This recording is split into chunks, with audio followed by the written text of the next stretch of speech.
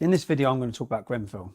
Now, this was a very difficult video, I think, and I've been stuck in two minds. I've been thinking, should I do it? Shouldn't I do it? Should I mention it? And I know a lot of people have concerns about what's happened there, and they feel they can't talk about it, which is exactly how I felt. And I've been throwing myself back and forward. The reason for that, I'm a father of three.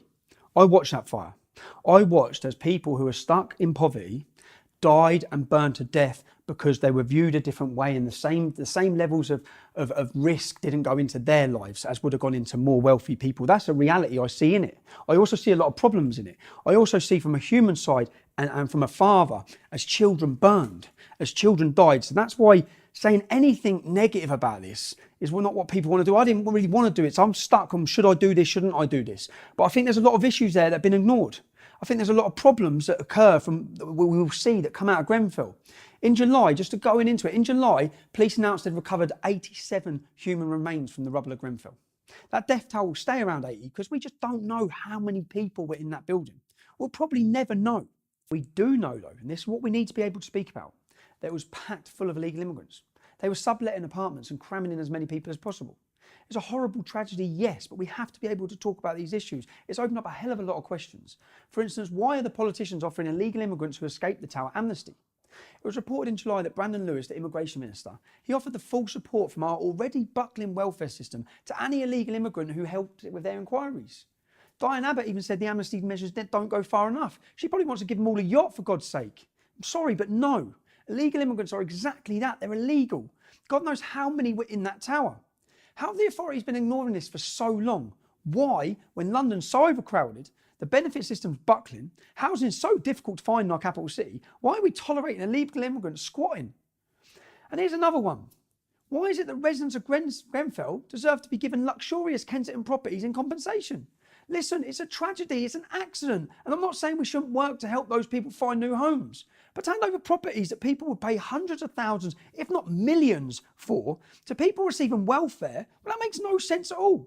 Why should people have to work their whole entire life to afford a Kensington home, only for someone who's been in the country 5 minutes to be moved in next door for free? I'm sorry, I'm not having it, and neither should you. The main question though, the one we have to ask, just how many people died in that tower block?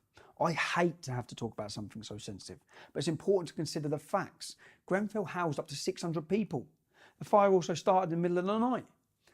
Most people were at home, of course. 80 something dead, 255 evacuated. You do the maths. It's a pretty big gap. The police and politicians don't want us to know about that gap because they'd have to admit the illegal immigration problem is much bigger than they want you to think it is. There were reports that as many as 42 bodies were found in just one apartment. In 2015, it was reported that there were as many as 1.1 million illegal immigrants in the UK. I want you to stop and think about the effect that has on our housing, effect it has on the NHS, effect it has on everything. If those 1.1 million people were not in the UK, they're here illegally, well, how much of a drain is that on our society? The Telegraph also reported that 250,000 people drop off the radar and end up becoming illegal immigrants every year in Britain. The whole story is the gift that keeps on giving for the media, at least. Residents and immigrant families in London are regularly seen shouting and screaming at local officials. The media turn up to film it. Useless local politicians do very little, and the cycle continues and continues. But why is this even on the news still? Well, I think we know the answer to that, don't we? It's a convenient way of distracting the masses. Every day we hear about Grenfell. Meanwhile, Islamic attacks are still occurring all over Europe every day. FGM is happening across our country every day. Thousands of migrants are pouring into our continent every day. We're more interested in spending our time talking about Grenfell. Remember the Westminster Bridge attack? How long did it take the media to shut up about that? 2, 3 days? London Bridge attack? Manchester attack? I've never seen the coverage on the same scale as Grenfell for any of these tragedies, which makes you think, doesn't it? The media don't care about you. They don't want you to know the truth. They want to distract you and avoid the topics that put their careers in jeopardy. They must wince every time there's a terrorist attack in Europe. Not because they're terrified about how unsafe our continent has become, but because they'll have to tiptoe around the I and M word again and risk getting in trouble with their progressive, politically correct bosses. If we're going to keep on talking about Grenfell, the least I ask is for some fairness. Let's talk about the victims of the Manchester and London attacks, whose lives have been changed forever.